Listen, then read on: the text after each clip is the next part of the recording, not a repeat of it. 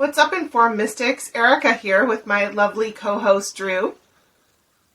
So we are here today. Oh, I didn't say welcome to the High Priestess and the Hierophant channel, but welcome to the High Priestess and the Hierophant channel.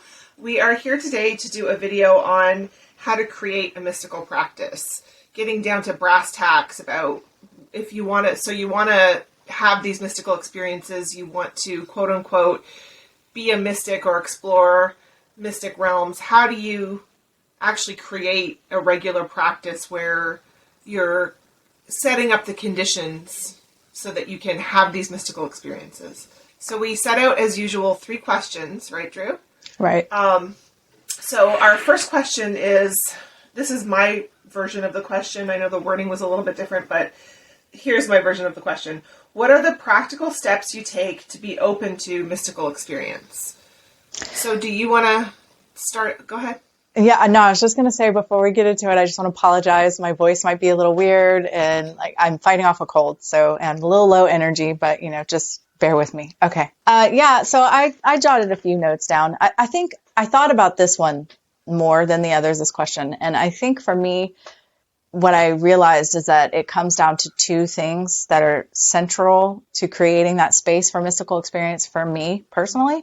First off, for me, I need to be in a space where I am open to having these experiences in the first place. And that's not a huge requirement, but it certainly helps for the process to allow space for those things to happen, to just be open to it in the first place. But even more important than that for me is being connected. So any of the things that I jotted down are essentially ways that I feel connected, whether that's connected to myself, my higher self, what have you, whether that's connected to divinity, whether that's connected to the universe, whatever it is, like existence, like feeling more connected to, even it could be a social group, a spiritual social group in particular. But the feeling connected and being connected helps me create that space for those mystical experiences. Right. So like what I said was spending time in nature, journey. So like shamanic journey, astral journey, things like that, meditation, even dream work, like specifically sitting down, trying to have those sort of mystical dreams, creating those conditions. Any form of divination, but in particular, for me, it would be communicating with deity through cards or scrying. I also wrote down crystal work because that's, again, something personal to me in my path that can help shift me into these experiences depending on what I'm doing, at least help create the conditions.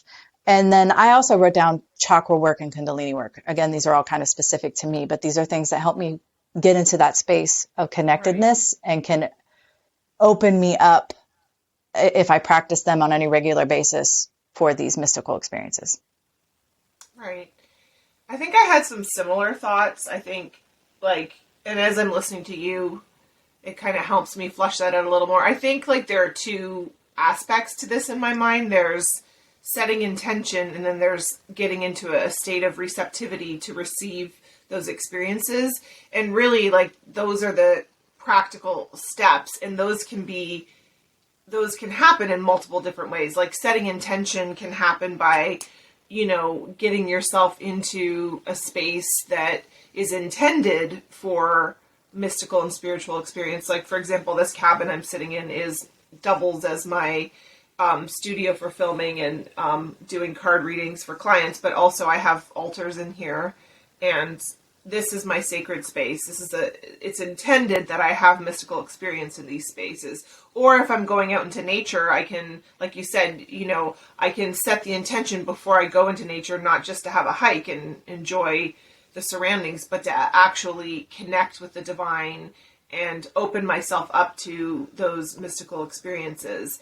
And intention setting could also involve tools like crystals, like you said, or, all the things I have at the altar. It could involve writing prayer or mystical poetry to be read to help set that intention. So I think there's lots of different ways that one can do that. And it's the same with getting into a receptive state.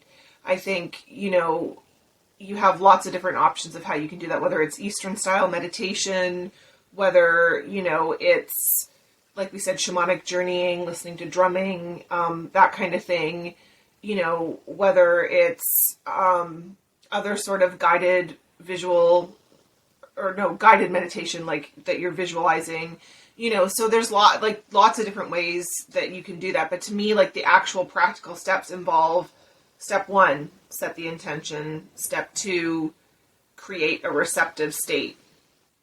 And I think there's a step 3, consistency. Okay. Consistency. Yeah, I like that. Because Yep. if you're not, I mean, obviously there are spontaneous experiences, right? They just happen, Right. and that's just what it is, right? But if you are actively trying to create these spaces for these experiences, there needs to be some consistency in that. And it doesn't mean you have to do the same thing all the time, but it means that you need to be doing something, whatever, you find works for you to get you into those spaces that you were just talking about on some regular basis. No, I completely agree with that. I love that. And essentially, that is like a very basic way of describing my spiritual practice, which I consider to be a mystical practice, which is, a daily practice where I enter, mostly it's this space, but it could be in nature. And I set intention by saying prayers to the deities that I work with. And then I also set intention by dedicating the meditation that I do to a specific deity or to a specific desire, like if I want to do a past life regression or something. And then I do Eastern meditation for a little bit for me. That's something I do. And then I kind of just get into that receptive state where I'm open to whatever comes through. And sometimes, because like we said, we're setting the stage for this. Sometimes you don't have a mystical experience. Sometimes you have a little bit of insight come through. Sometimes you have an amazing mystical experience where you're in tears. But that's the thing about it. All you can do is kind of set the stage for, whoever needs or wants to come through from, these other realms to connect with you. All you can do is kind of set that up and hope. And sometimes it happens like completely spontaneously, like you said, when you're on a dog walk, but that's, for me, I'm thinking of the dog walk, but that's not something that you can have the consistency and plan for and set the intention for. It just happens. So you're right. Like I do this consistently, and 9 times out of 10, I don't have these amazing experiences, but 1 time out of 10, if I'm lucky, I do have something profound happen. So It does take that discipline.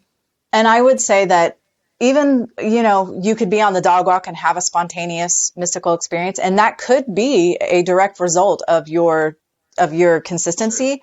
But at the same time, somebody who's never done anything could have a spontaneous. So there's no way to judge that. And there's no way, like you said, there's no way to say that just because you do X, Y, and Z, something is going to happen, but you're still creating the space for that. And it's more likely to happen than if you don't do anything at all, I guess, is what I'm getting at.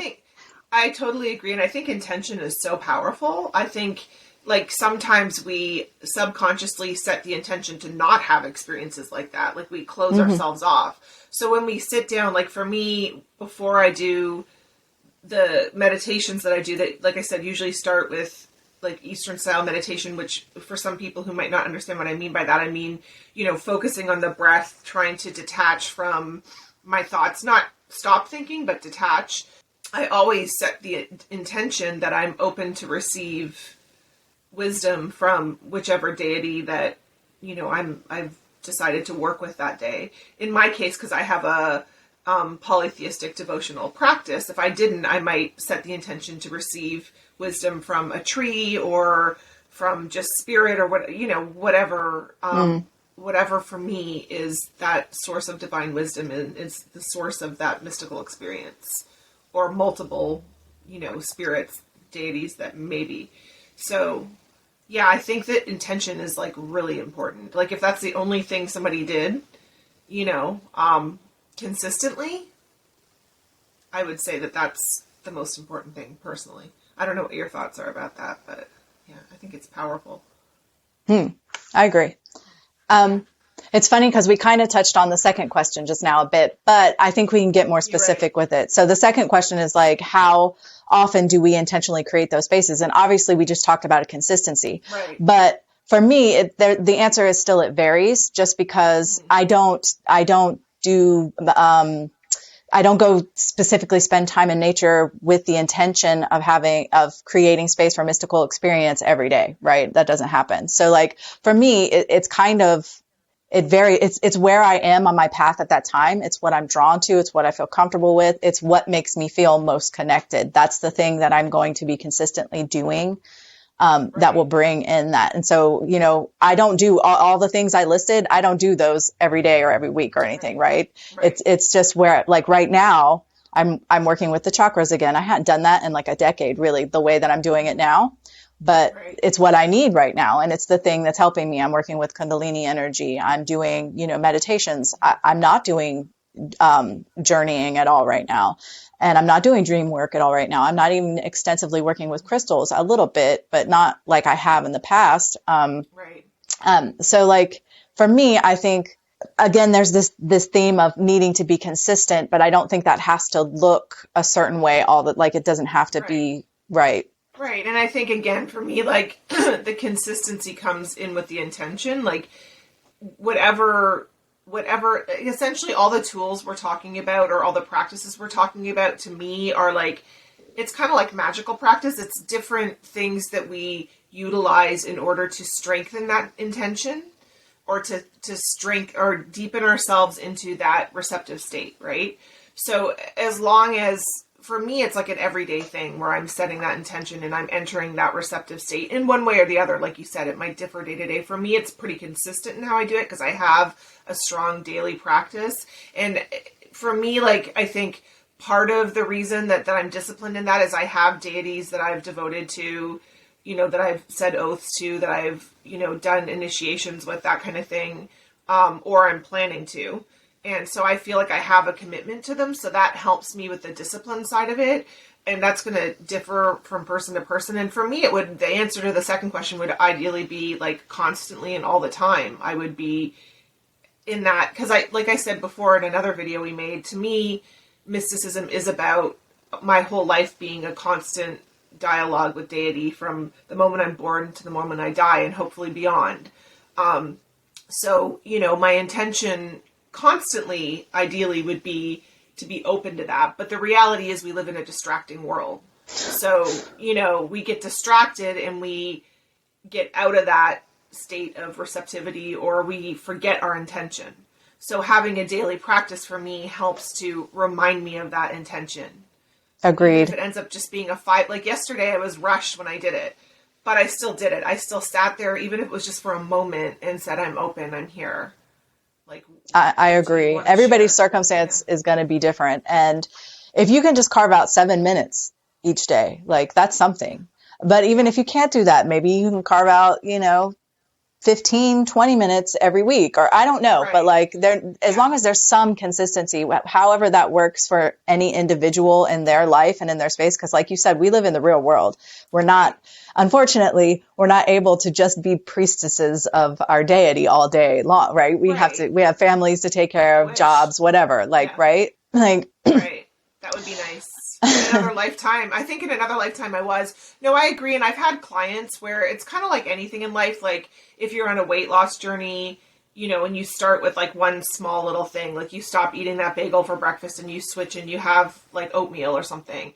So I've had some clients where it's a kind of like meet you where you're at situation where they're so not connected to that and they never have been, that even just taking one deep conscious breath at a stoplight, or a red light or a stop sign when you're in your car, and dedicating that breath to the divine, dedicating that breath to that intention to connect spiritually with whatever, even if you don't know what whatever is, you're just like, okay, I'm here.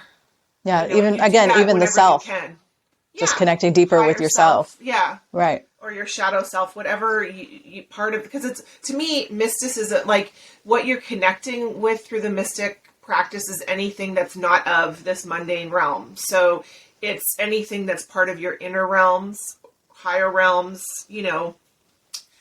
supernatural realms, anything that's not of this realm. And just, we can talk about this in future videos, and we will, about how you select, where you're focusing that and like what realm or what deity. We'll talk about that for sure. But it's like, even if you're just at a stop sign for a minute and you take that breath, like if that's where you need to start, it's better than not doing it all, because that's magic. You're sending that message out into the universe that you're open, even if it's just a split second, and it will have a snowball effect, I believe. Yeah. I agree. Yeah. It's about showing up, basically. Yeah, exactly. As And much as you're able to or can. right, exactly. I mean, again, Mm-hmm. we live in the real world, and not only do we understand this, but the universe, divinity, our higher selves, whatever, it's all good. Like it's understood, and it'll get in where it can fit in, basically. Like Right. even if that's while you're Right. asleep and you just start having, the mystical dreams or whatever, like wherever you can, Right. yeah, however that can come through, it Right. will. Or if you stop scrolling for 5 minutes and just kind of sit and listen to birds or something, but you're Mm, setting the intention of, you have the thought in your head, I'm doing this not because, my eyes are tired from scrolling, but because I want to connect with something greater than small self, ego self, or the mundane world. Because there's magic in, bird song. yeah. There's divinity in that. So, and there's a message in there for you if that's what you end up focusing your conscious awareness on. That's because there's a message there for you. So yeah, I think it can be that simple. So when, like, it sounds like, for the second question, how often, if the answer is like constantly or daily, and that sounds overwhelming, people need to remember that it doesn't need to be this, grand ritual that you're doing where And it you're, doesn't have to be all day. right, right. It Yeah. could be moments, Right. because if you think about it from a mystical perspective, there's no such thing as space or time.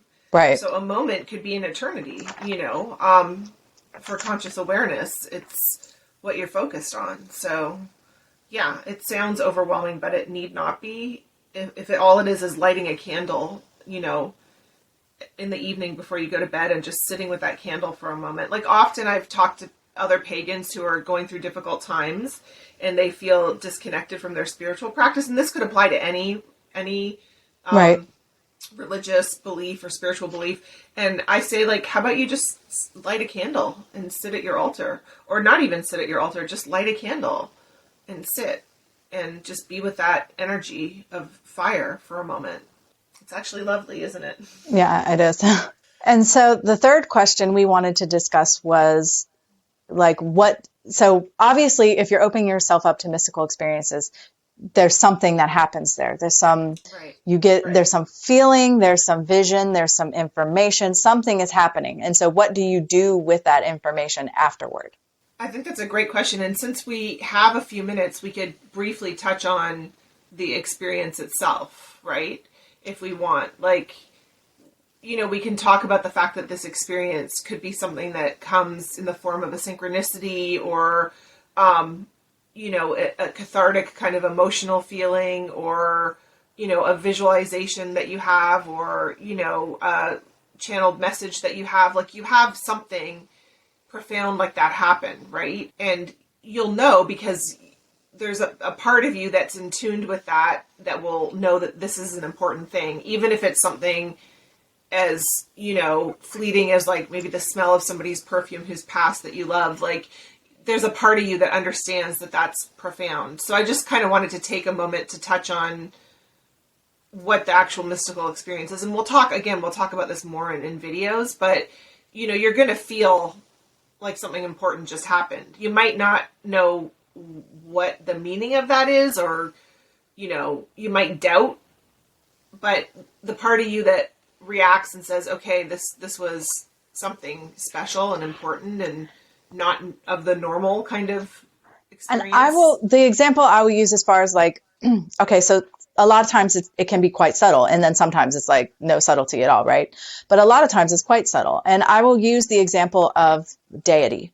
I know so many people like myself that once it becomes clear to them who they should be working with, they look back and they're like, oh, there were all these stupid little signs along the way that I did not see. In hindsight, it's like, how did I not see that? I know for me, it was blatant. It's like, how did you not how did you not see that? Maybe not even this, but how did you not guess the pantheon at least by all of these things? Like, what is wrong with you? Right. And so that, I think, is one of the things that we've talked about as far as what do you do with that Yes. information? You journal, you write it down. So yes, I smelled Right. the perfume. I don't know what that means. Maybe it's Right. just a sign from a past loved one or whatever. I don't know, but maybe I just jot that down. Today I was walking through this department store, or I don't know, I was on the street and I smelled this perfume, that this is what this perfume makes me think of, or whatever. Right. Because later there might be other pieces that make it all fit together and make it make sense. Because I would say that these little mystical experiences are far more common than the big giant, oh my God, what is that Yeah. ones. Yeah. 100% for sure. And when we do the Patreon video, I'm going to talk about an experience. I can talk about several experiences, but I want to talk about one I had with a specific deity that was like that. And like we said, it doesn't have to be deity. It could be that every time you walk past a certain tree, you feel this shift in your energy where you feel more peaceful or something. And it's so subtle that you might not even notice it if you hadn't set that intention, or you hadn't taken that breath at the stop sign or whatever. So yeah, it's important, I think, to keep a journal that you dedicate to that. And other things that you can do are, for example, like if it's an oak tree that you pass by, you could Google, what are the spiritual, Research. symbolism Absolutely. related to the oak tree or something. And you're going to find out, like, for example, in my tradition, in the Celtic tradition, the oak is very sacred. And it's connected with sun energy, like divine masculine. I connect it with conscious awareness. So that can kind of maybe help you maybe understand part of why this is happening. There could be some validation. There could be some kind of clues as to what message needs to come through, what wisdom needs to come through for you. You can talk to other people.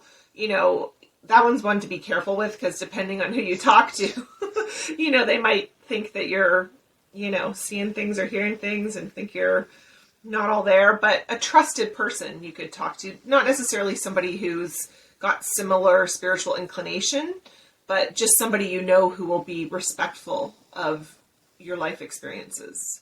And these things go back to the informed piece, which we're always going to come back to. And that leads me to the next point, because that it could be just blatant and obvious. Like it could just be, I know exactly what this is, what this means, and what's happening here. But it could also be, I'm not sure what to do with this. And if you do some research or talk to somebody, some pieces may start to fall into place. Right. Either way, once things are clear, whether it's at the start or at the finish, then you can potentially take practical steps with that. Like that could change your practice in some way, or, your daily life somehow, like, or start a practice, absolutely. Absolutely. That's why I think it's so important to write everything down, because you might go through steps like that and you might not get any information. Like I've had weird mystical experiences where I've had like a name pop up in my head, and I know there's something weird about it. Like it's just not, I know it's like not my thinking, like it's not my brain or my ego, so I'll Google this name or something and nothing comes up, and I'm still like, and what I don't always do this, but I should always write it down, because 5 years later, something could happen and I'd be like, oh, that's what this weird name meant.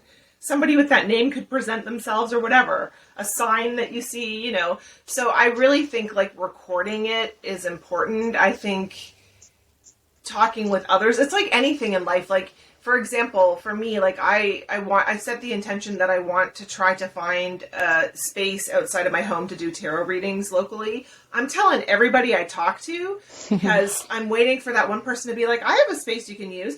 And it's kind of the same thing with this, except for, like I said, with a caveat, which I guess still applies for my tarot reading, because some people are going to look at me like I'm a devil worshiper if I say it's for reading tarot.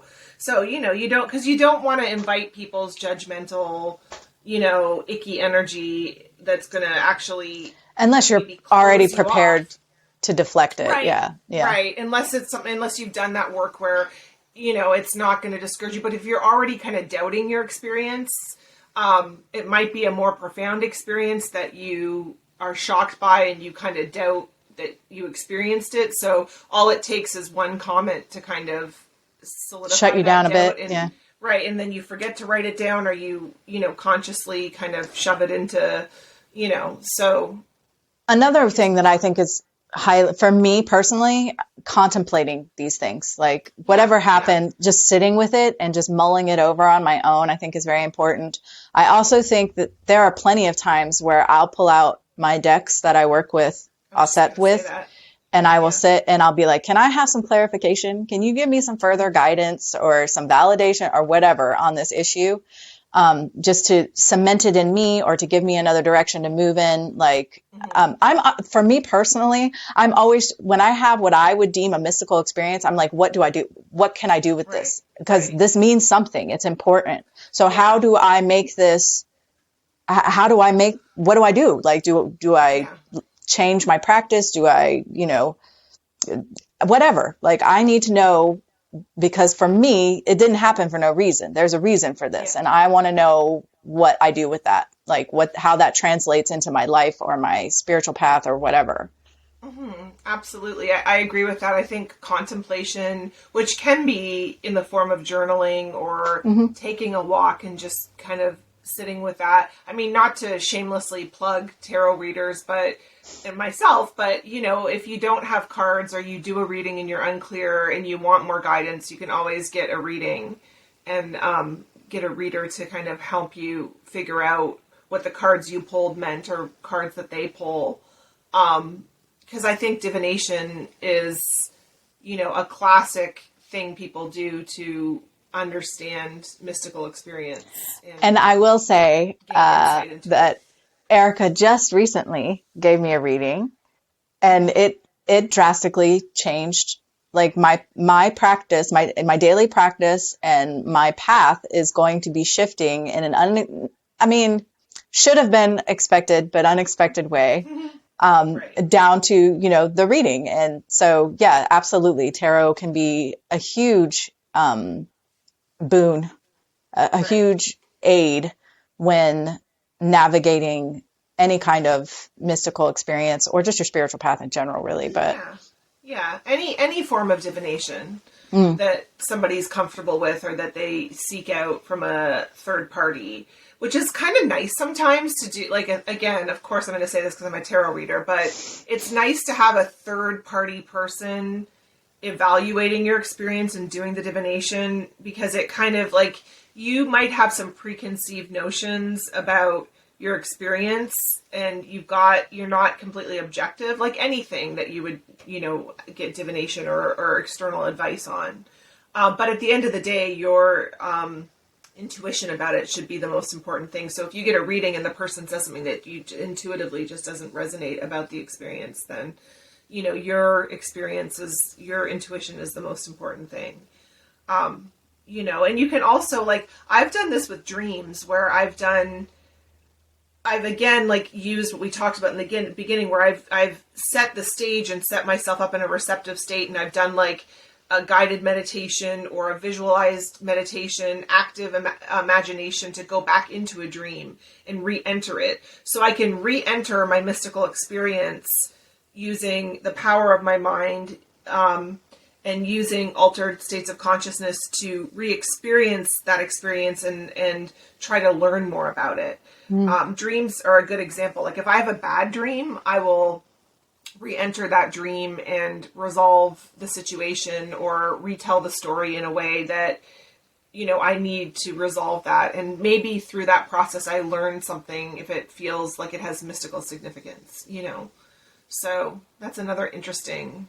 That is interesting. Technique, that you can do. Okay, well, we're coming to the end of our video, I think. Of course, we will hop over onto Patreon and continue the conversation. So if anybody's interested in that, you can always come and join us over there. Is there anything else you want any closing thoughts or anything? No, not really. I just look forward to diving more deeply into some of the stuff we've touched on in this video and future YouTube and Patreon videos. So such wonderful. I always love our conversations. They're always so good. So another really cool topic. And I'd love to hear people's thoughts in the comment section too, about if they have a mystical practice or if they're contemplating creating one, what we said that maybe resonated or didn't resonate, or other thoughts to add to Well, that, how and they I'd set like up to a know practice. how you feel, what you do to feel connected. That Yeah, I'd be interested to hear that too. exactly. Or set intention. Yeah. Okay. Well, we're Thanks. going to go ahead and cut out and head over to Patreon. So thank you so much for hanging out with us. And until next time, keep exploring. Keep exploring and subscribe.